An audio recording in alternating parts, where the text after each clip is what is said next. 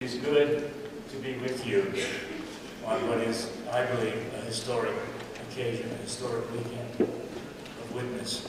And my heart this morning is filled with gratitude for all the people who participated, for the work of this and other congregations in this area, and for colleagues and fellow Unitarian Universalists who come from all around to bear witness. Thank you all. And I want to extend special thanks to this congregation, to Susan, and to also Paul Langston Daly. I don't know if Paul is here this morning. All right, he is. Who've done just heroic work in preparing hospitality and coordinating events at Lent. Just marvelous. Thank you very much. And I would invite you to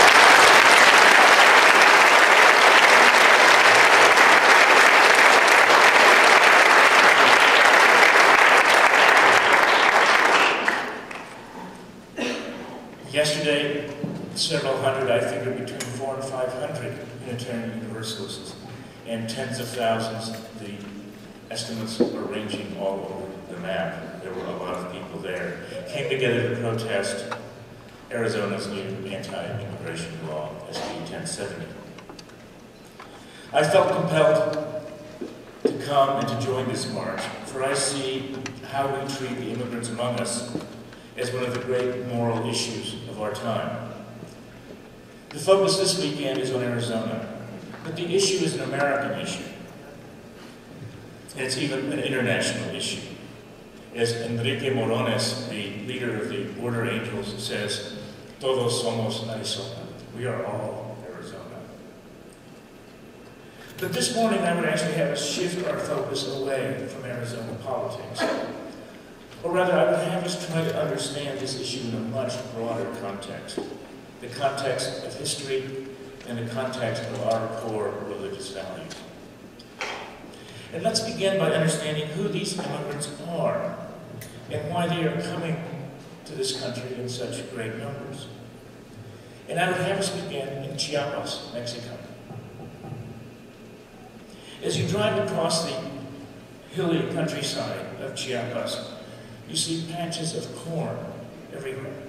These corn patches are milpas, look nothing like the vast ocean of hybridized, fertilized, industrialized, and subsidized corn that stretches all the way from Nebraska to New York State. In Chiapas, the corn plants are further apart than we're used to seeing, and they're intermixed with beans and squash in an ancient combination that is both sustainable and it provides a diet that has all of the essential amino acids.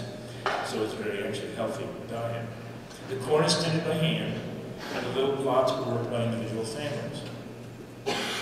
Chiapas is Mexico's most southern state, bordering Guatemala. And like Guatemala, this is the ancient land of the Mayan civilization. Impressive Mayan ruins dot the landscape and draw thousands of tourists. But the descendants of that civilization live in abject poverty. Children are malnourished. Mayans are on the margins of society, and they live today as they have for the past 500 years under an oppressive regime that denies basic human rights. I traveled to Chiapas 3 years ago as part of a delegation sponsored by the Unitarian Universalist Association, the Service Committee, the UUSC. We met with people from nonprofit organizations and met with some Zapatista rebels struggling with very limited success against centuries of oppression. Among the things that we learned was that the industrial corn in Iowa and the native corn and the milpas are now intimately connected. With the advent of NAFTA, the American corn is changing the Mexican economy. The corn tortilla, the staple of the Mexican diet, especially among the poor, is now typically made with American corn. And when corn prices rose, as corn was being used more and more as a source of ethanol to fuel American cars, children in Chiapas went hungry. A little known part of the NAFTA agreements was that it required Mexico to change its laws that allowed for the existence of ejidos, or large areas of land that were communally owned for generations. The money classes and corporations can now buy up land owned by peasant families. The richest man in the world today is a Mexican, Carlos Slim. Slim is worth more than Bill Gates or Warren Buffett. And this exists in a country where millions of children have insufficient food, no health care, and a woeful educational system. It's an old story. It happened in Europe hundreds of years ago, driving Europeans off the land, and in many cases, driving them to migrate to America. It happened here in America as corporate farming drove and continues to drive families off the land. So Chiapas is now, along with other areas of Mexico, a leading exporter of people. Thousands upon thousands of economic refugees are fleeing Chiapas, and others from Central America cross Chiapas on their way north. They head for jobs at luxurious beach resorts filled with Americans and Europeans. They head for the slums of Mexico City. And some of the most adventurous risk-takers head for La Frontera, to the newly militarized border that tries to separate desperate Mexicanos from jobs in America. Hundreds die, as you know, as you're right here, trying to cross the desert. And now we have Anglo vigilantes on the border attempting to protect America from the frightful prospect of more illegal immigrants. Americans are afraid. Their fear is being stoked by reactionary demagogues and political opportunists. The illegal immigrants who are already here are afraid too, and more afraid now than ever with the passage of this new law. But across the country, there are about 12 million of them.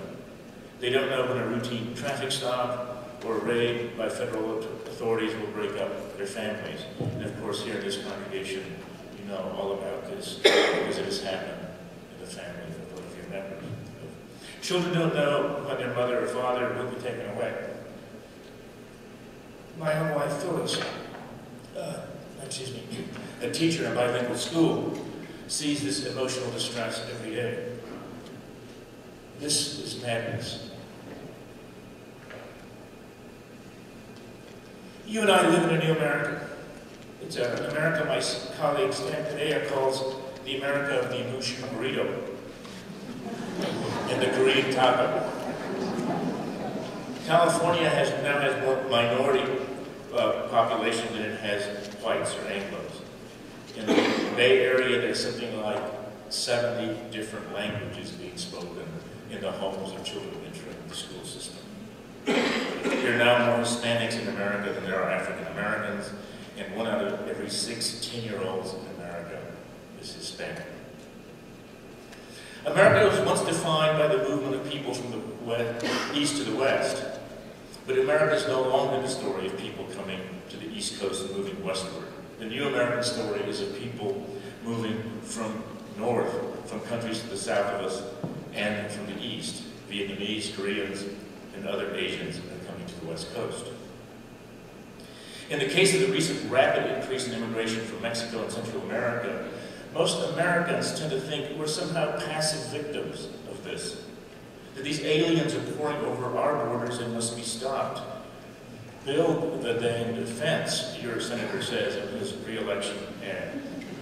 We have gone from the Statue of Liberty complaining to me, you're tired, you're poor, you're huddled masses yearning to breathe free, to this horrid desert fence. But the truth is very different. Our economic policies, policies that disproportionately benefit the wealthy, are helping to create wrenching economic dislocations in Mexico, Guatemala, and Nicaragua. Recall the example of the corn and NAFTA. Many of the people trying to sneak into the United States were pushed out of their homes by American policies. Now, I don't pretend to have all the answers, but I do know this. We cannot pretend that we had nothing to do with the creation of this problem.